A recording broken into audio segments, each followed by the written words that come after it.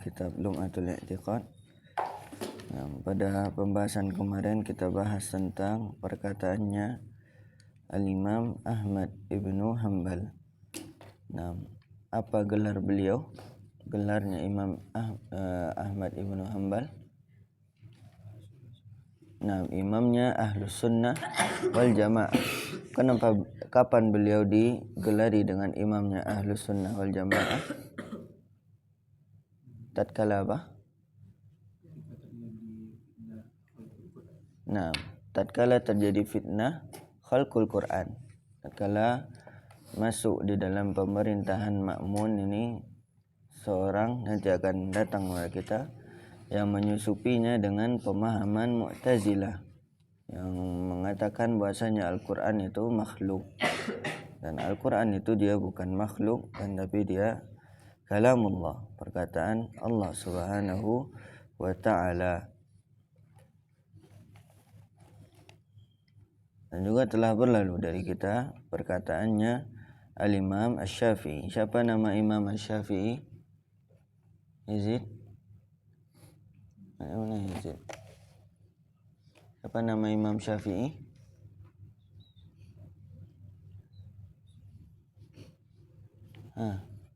Ghifari? Siapa nama Imam Syafi'i? Muhammad ibnu Idris. Nah, nama beliau Muhammad ibnu Idris Asy-Syafi'i rahimahullahu ta'ala.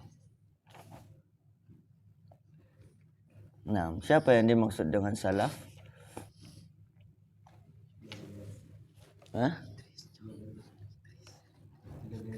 Nah, 3 generasi pertama.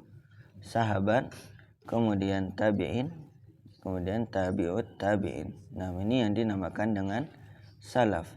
Adapun a'immatul khalaf, imam-imam al-khalaf, siapa ini Hamzah?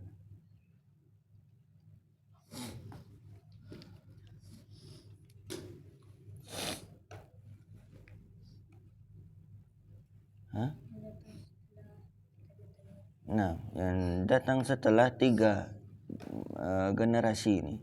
Nah, yang datang setelah tabi'ut tabi'in, maka ini sudah dinamakan khalaf sampai zaman sekarang. Itu termasuk a'immatul khalaf. Nah, kemudian kita lanjutkan perkataan dari Ibnu Qudamah. Qala al-musannif rahimahullahu ta'ala wa qad umirna bil iqtifai li atharihim. Dan kita telah diperintahkan untuk mengikuti jejak-jejak mereka. Wahtidai bimanarihim, dan mencari petunjuk dengan petunjuk mereka. Wahudzirna al-muhdatsan, dan kita telah diperingati dengan kebid'ahan. Nah, al-muhdatsan, nah ini maknanya kebid'ahan. Wa ukhbirna annaha minad dhalalat, dan telah dikabarkan kepada kita bahasanya kebid'ahan itu adalah kesesatan. Faqala Nabi sallallahu alaihi wasallam, sebagaimana sabda Nabi sallallahu alaihi wasallam, alaikum bisunnati, wajib atas kalian berpegang teguh dengan sunnahku, wa sunnatil khulafa'ir rasyidin al-mahdiyyin min ba'di, dan juga sunnahnya khulafa ar-rasyidin yang setelahku. Nah, siapa ini khulafa ar-rasyidin, Nabil? Khulafa ar-rasyidin, siapa itu?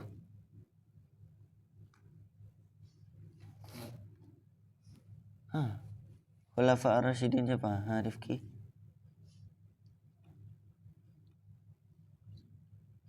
Siapa khulafa ar-rasyidin? Ada 4.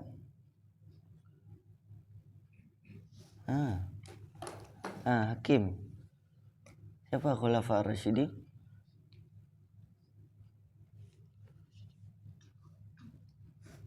Sama, khulafa ar-rasyidin, khulafa ar-rasyidun sama itu. Siapa? Aziz. Siapa khulafa ar-rasyidun? Siapa bisa bantu jawab? Abu Bakar, Umar, Utsman dan Ali. Nah, Abu Bakar, Umar, Utsman dan Ali. Khulafa ar-rasyidun ini penggantinya Nabi. Nah, khalifah yang 4. Abu Bakar, kemudian Umar, kemudian Utsman, kemudian Ali radhiyallahu anhum, dan ditambah oleh Imam Syafi'i yang kelima itu siapa? Umar ibnu Abdul Aziz. Umar ibnu Abdul Aziz. Nah, beliau ditambahkan kepada khalifah yang kelima dalam Islam karena bagusnya pemerintahan beliau. Nah, ini khulafa ar-rasyidun. Kemudian kata Nabi, addu 'alaiha bin nawajiz, gigitlah dia dengan gigi geraham. Nah, maksudnya berpegang teguhlah dengannya. Wa iyyakum wa muhdatsatil umur, dan hati-hatilah kalian dengan perkara yang diada-ada. Perkara yang diada-ada dalam agama. Fa inna kulla muhdatsatin bid'ah, karena setiap yang diada-adakan itu adalah kebid'ahan, wa kullu bid'atin dhalalah, dan setiap kebid'ahan itu adalah dhalalah, adalah kesesatan. Nah, apa yang dimaksud dengan bid'ah? Nah, bid'ah definisi paling bagusnya disebutkan oleh para ulama bahwasanya bid'ah itu adalah setiap keyakinan. Bid'ah itu pengertian yang paling bagusnya dia adalah setiap keyakinan atau amalan atau perkataan. Setiap keyakinan, amalan atau perkataan. Nah, yang diada-adakan setelah meninggalnya Nabi SAW, yang diada-adakan setelah meninggalnya Nabi sallallahu alaihi wa ala alihi wasallam,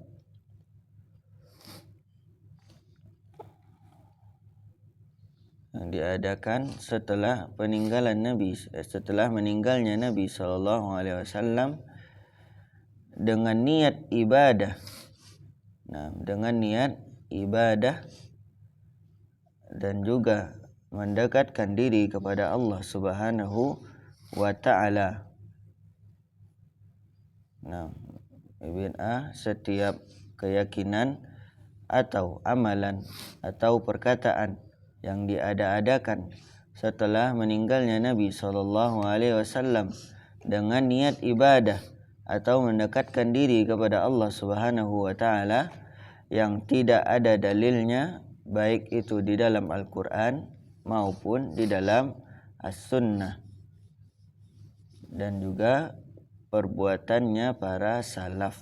Nah, ini pengertian dari bid'ah, setiap keyakinan atau amalan ataupun perbuatan yang diada-adakan setelah meninggalnya Nabi SAW dengan niat ibadah dan juga mendekatkan diri kepada Allah, yang mana ini tidak ada dalilnya, baik itu di dalam Al-Quran maupun As-Sunnah, dan juga tidak ada dalilnya dari perbuatan para salaf.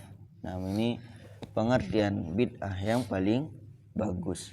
Nah, jadi setiap keyakinan yang ini tidak ada dalilnya dari Nabi SAW, maka ini termasuk apa? Termasuk kebid'ahan. Nah, bagaimana yang terjadi di dalam bab-bab akidah. Nah, ini banyak kebid'ahan.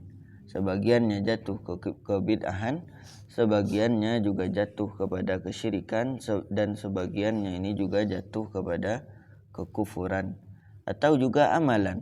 Nah, amalan yang tidak dicontohkan oleh Nabi SAW dan tidak dijelaskan di dalam Al-Quran, nah ini termasuk dari kebid'ahan.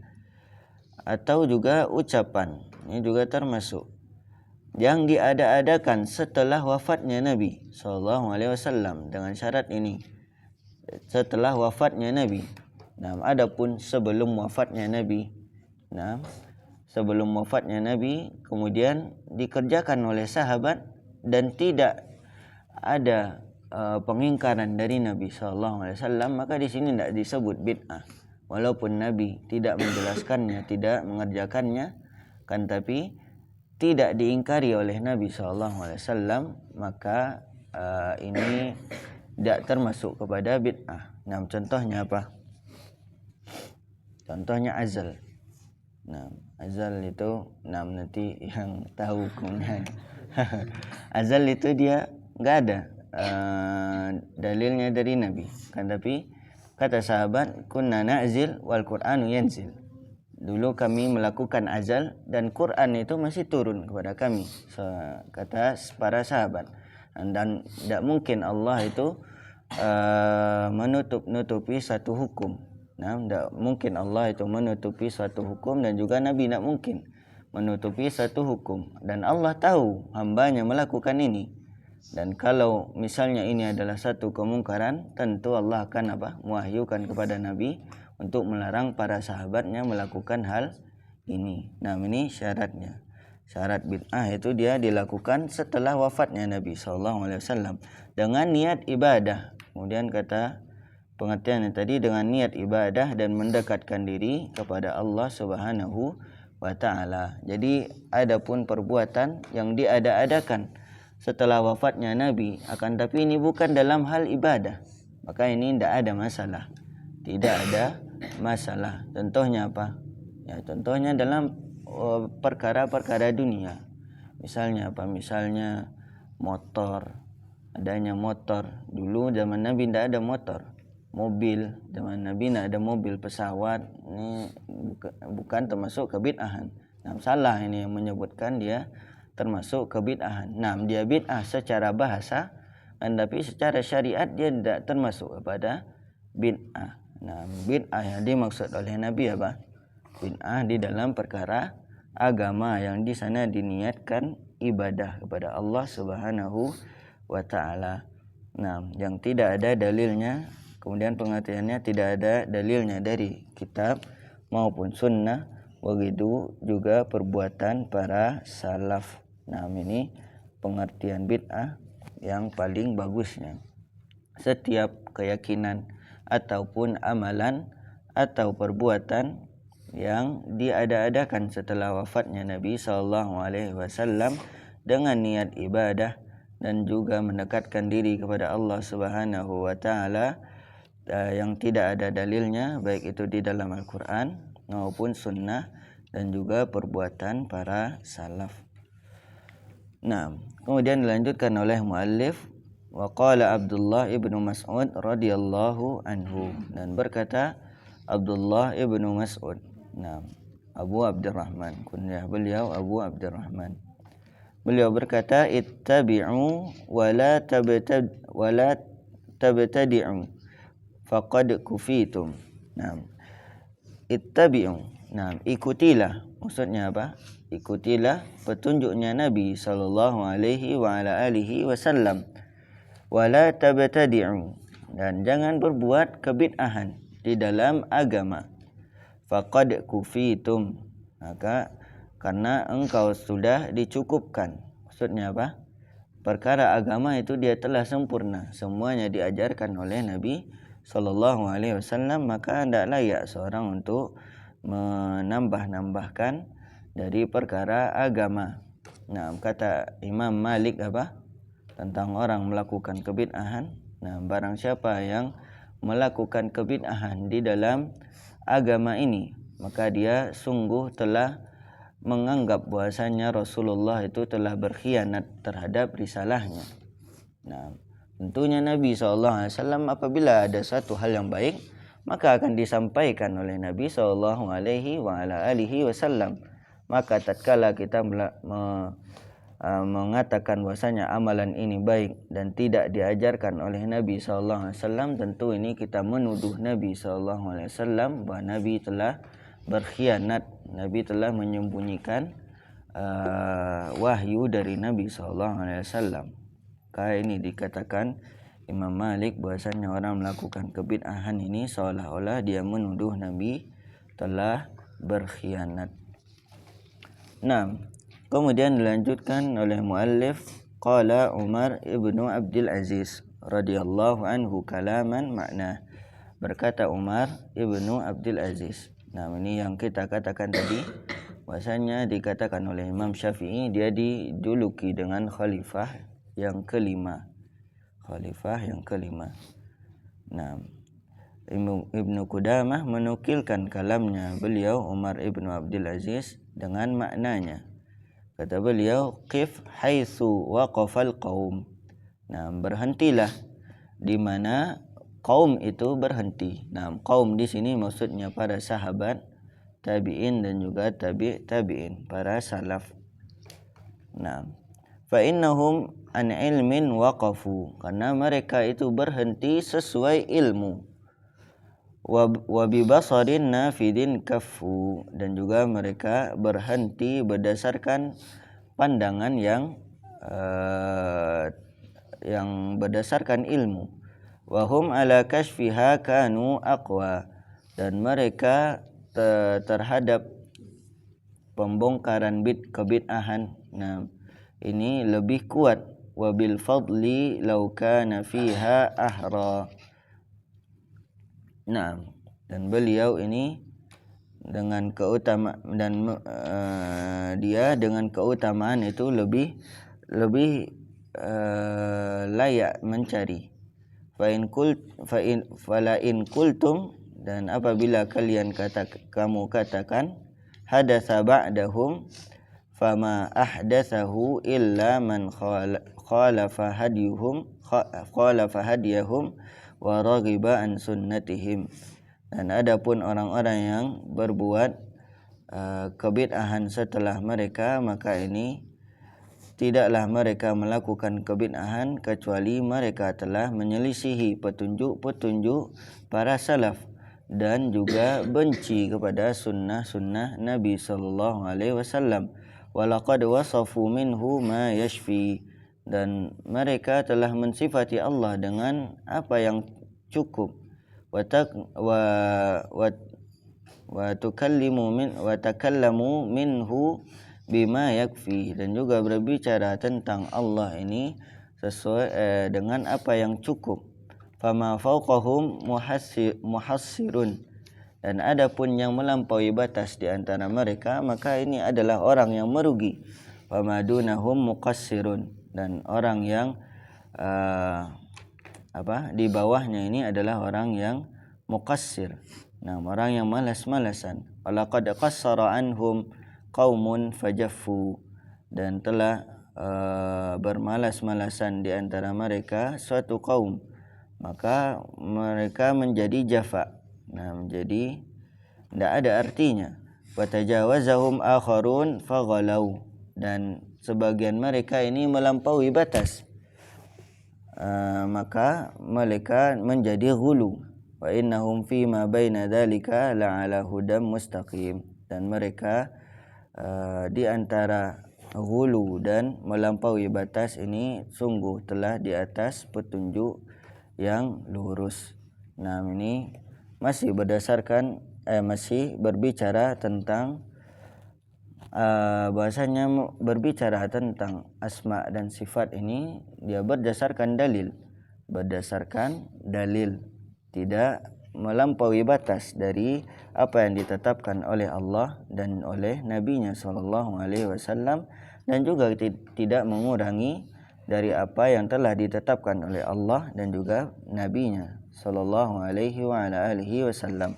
Nah, kemudian dilanjutkan oleh al-Imam oleh Ibnu Qudamah, wa qala al-Imam Abu Amr al-Auza'i, berkata al-Imam Abu Amr al-Auza'i radhiyallahu anhu. Nah, telah berlalu dari kita radhiyallahu anhu ini boleh disebutkan kepada selain sahabat apabila orang ini dia memiliki keutamaan. Nah, kata beliau, alaika bi athari man salaf wa in rafadakan nas, wajib atas kalian mengikuti petunjuk-petunjuknya para salaf. Nah, siapa salaf tadi? Siapa yang dimaksud dengan salaf? Nah, 3 generasi. Siapa itu? Sahabat, tabi'in, dan tabi'ut tabi'in. Nah, kita diwajibkan mengikuti jejak mereka, karena mereka adalah orang yang paling mengerti dengan sunnahnya Nabi sallallahu alaihi wasallam. Nah, wa in rafadakan nas, walaupun manusia itu menolak kalian. Nah, walaupun manusia itu menolak kalian, kan tapi kebenaran itu tetaplah dia kebenaran.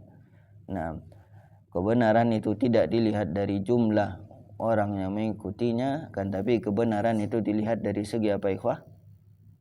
Dari dalil. Nah, kalau itu berdasarkan Al-Quran dan Sunnah, maka itu adalah kebenaran. Nah, maka itu adalah kebenaran. Wa iyyaka wa ara'ar rijal, dan hati-hatilah kalian dari pendapat-pendapatnya orang-orang.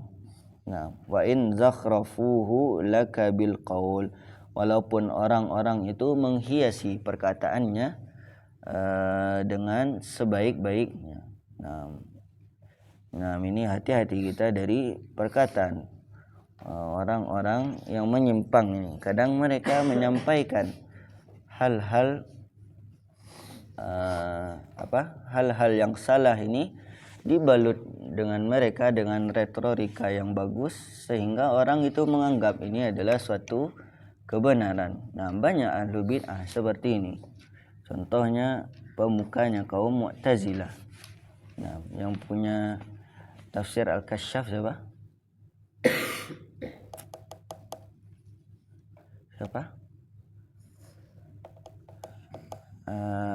Pemuka Mu'tazilah.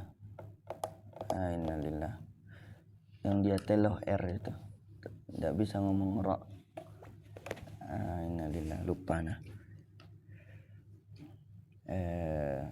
Siapa?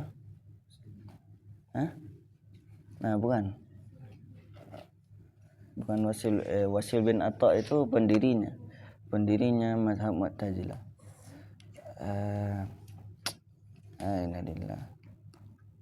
Muhim yang punya tafsir Al-Kasyaf ini. Nah, tafsir Al-Kasyaf ini punyanya orang Mu'tazilah. Nah, dalam tafsir Al-Kasyaf ini tatkala beliau menafsirkan ayat faman zuhziha 'anil nari wa udkhilal jannah faqad faz. Barang siapa yang telah diselamatkan dari neraka dan dimasukkan ke dalam surga, maka dia sungguh telah beruntung. Kemudian apa kata sahib Al-Kasyaf ini, yang mempunyai kitab Al-Kasyaf ini? Sungguh ini adalah nikmat yang paling besar di akhirat kelak. Nah, ini kalau kita lihat saja di zahir perkataannya ini. Nah, perkataannya bagus atau tidak? Nah, perkataannya bagus secara zahirnya ini.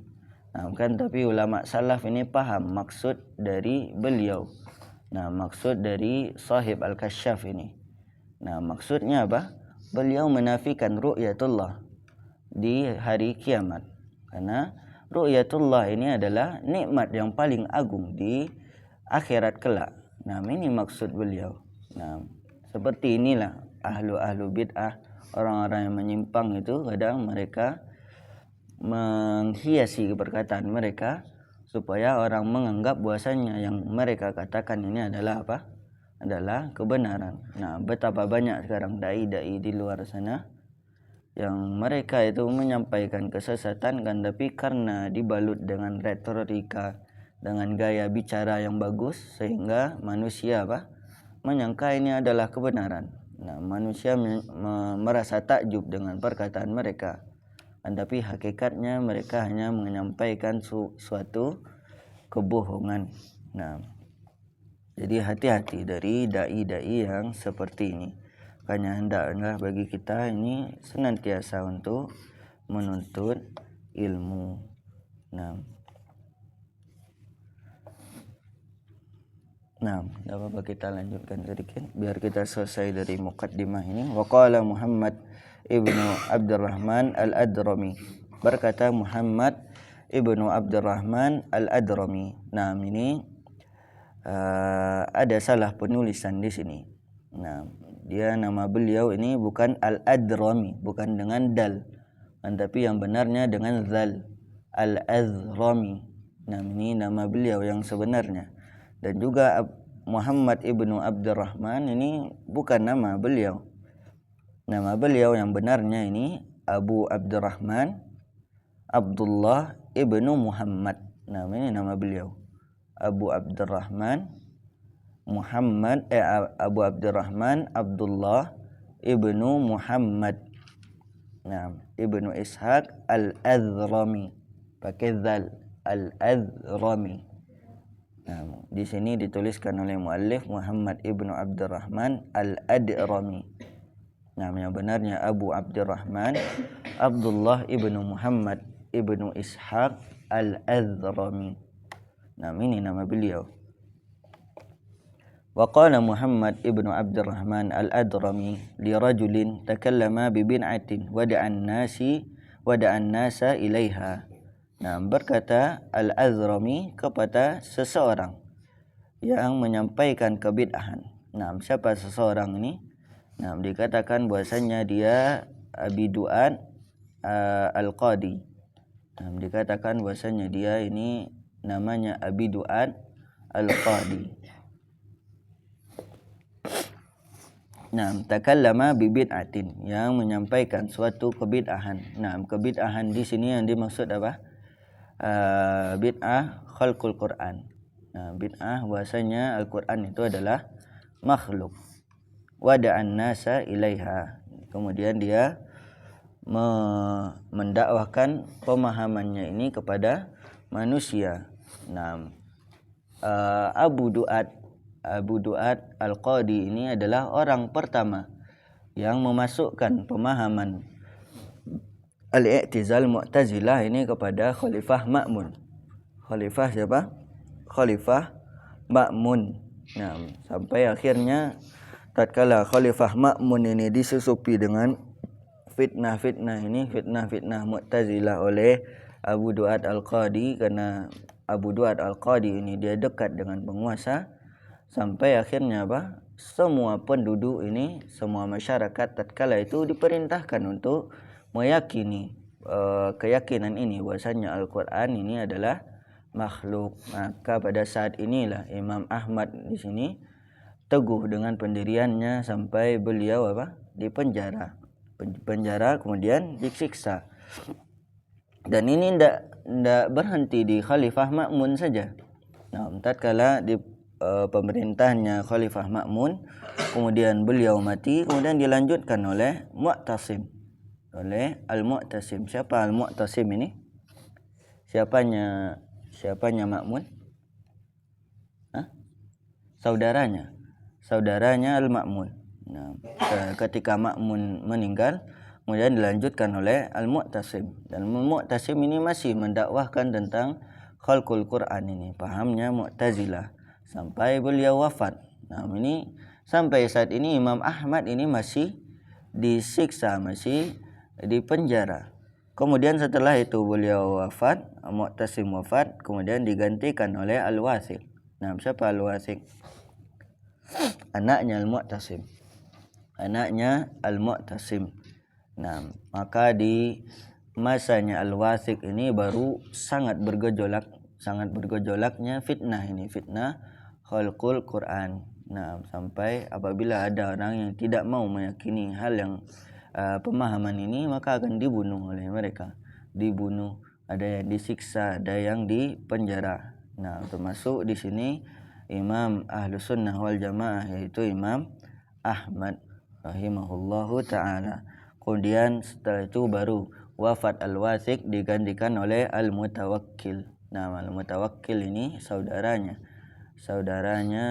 Al-Wathiq. Namanya Al-Mutawakkil.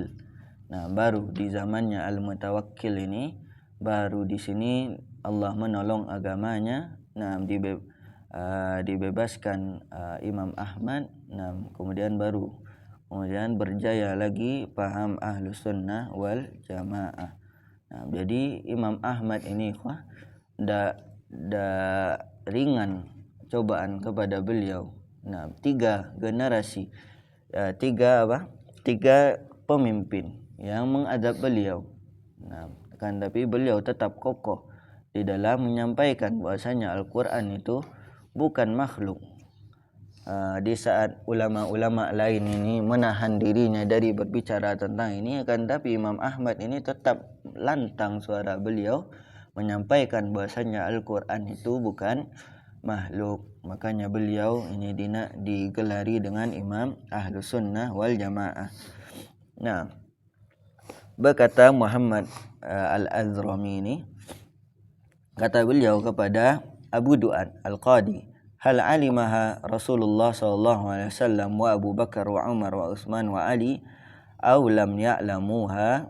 Nah, dia berkata kepada Abu Duat Al-Qadi ini, apakah Nabi dan Abu Bakar, Umar, Utsman dan Ali ini mengetahui bahasanya Quran itu adalah makhluk atau mereka tidak mengetahui? Kata Al-Azrami tadi. Kemudian dijawab oleh Abu Duat Al-Qadi ini, nah, qala lam ya'lamuha. Nah, mereka tidak mengetahuinya. Kemudian dibantah oleh Al-Azrami, fa syai'un lam ya'lamhu haula'a alimtahu anta. Apakah sesuatu yang tidak diketahui oleh mereka kemudian engkau mengetahuinya? Kemudian dikatakan oleh si Abi Duat ini, fa inni aqulu qad alimuha. Maka tatkala dia sadar bahasanya, oh ya, saya mengucapkan suatu hal yang salah, kemudian dia ganti ucapannya. Nah, pelin-pelan dia ini ganti sama dia. Maka aku katakan bahasanya mereka mengetahuinya. Kemudian dijawab lagi oleh Al-Azrami ini, afa wasi'ahum an yatakallamu alla yatakallamu bihi wala yad'un nasi ilaihi am lam yas'ahum. Apakah mereka memiliki kesempatan untuk menyampaikannya kepada manusia dan mendakwahkannya kepada manusia, atau mereka maksudnya siapa? Rasul, Umar, Abu Bakar dan Khulafah yang 4 ini, apakah mereka memiliki kesempatan untuk menyampaikan itu atau tidak? Kata Al-Azrami. Kemudian dikatakan oleh Abu Duat, qala bala wasi'ahum. Tentu mereka punya kesempatan untuk menyampaikan itu. Qala, kemudian dikatakan oleh Al-Azrami, fa syai'un wasi'a Rasulullah sallallahu alaihi wasallam wa khulafa'uhu la yas'aka anta. Maka satu hal yang Rasulullah ini memiliki kelapangan di sana dan para khalifahnya memiliki kelapangan di sana. Apakah engkau tidak memiliki kelapangan di sana? Maka tatkala itu diamlah Abu Duat ini. Nah, tidak bisa lagi dia menjawab. Nah, apabila Nabi dan para khulafa ar-rasyidin ini mengetahui hal ini, dan hal ini adalah hal yang penting, ini masalah akidah. Dan kalau ini hal yang penting, tentu akan disampaikan oleh Nabi SAW.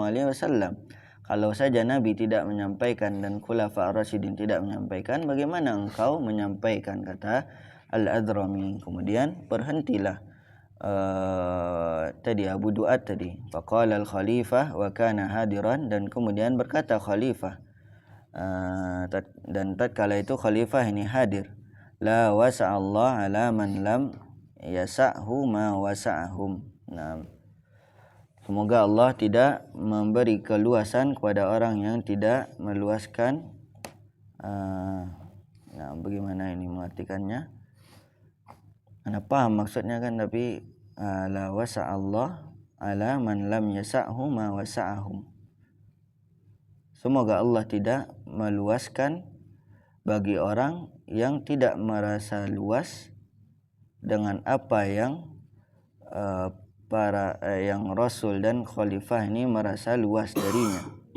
Nah, jadi tatkala diajak berdebat oleh Al-Azrami ini, maka dikatakan hujjah seperti ini, maka turunlah wibawanya si ini Abi Duat Al-Qadi di hadapan para penguasa dan di hadapan para manusia. Kemudian baru mereka ditinggalkan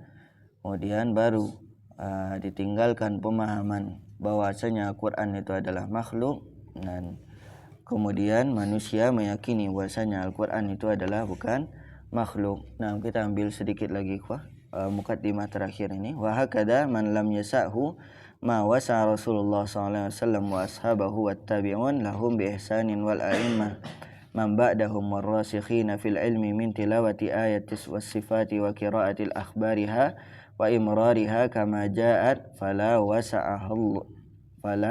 wasa'ahullahu alaihi. Nah, begitulah keadaannya orang yang tidak merasa luas dari apa yang Rasulullah dan para khulafa ar-rasyidin ini merasa luas, maka Allah tidak akan meluaskan mereka. Nah, ini selesai kita dari muqaddimah dalam kitab Lum'atul I'tiqad. Intinya dari mukaddimah ini bahwasanya kita menetapkan bagi Allah asma, nama-nama dan juga sifat Allah Subhanahu wa taala ini berdasarkan apa ikhwah?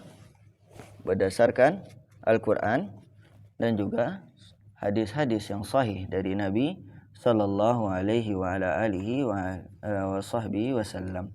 Nah, setelah itu baru kita akan mempelajari tentang apa saja sifat-sifat yang sabit dari terhadap Allah Subhanahu wa taala. Nah, kita cukupkan sampai di sini. Subhanakallahumma rabbana wa bihamdika asyhadu an la ilaha illa anta astaghfiruka wa atubu ilaik. Assalamualaikum warahmatullahi wabarakatuh.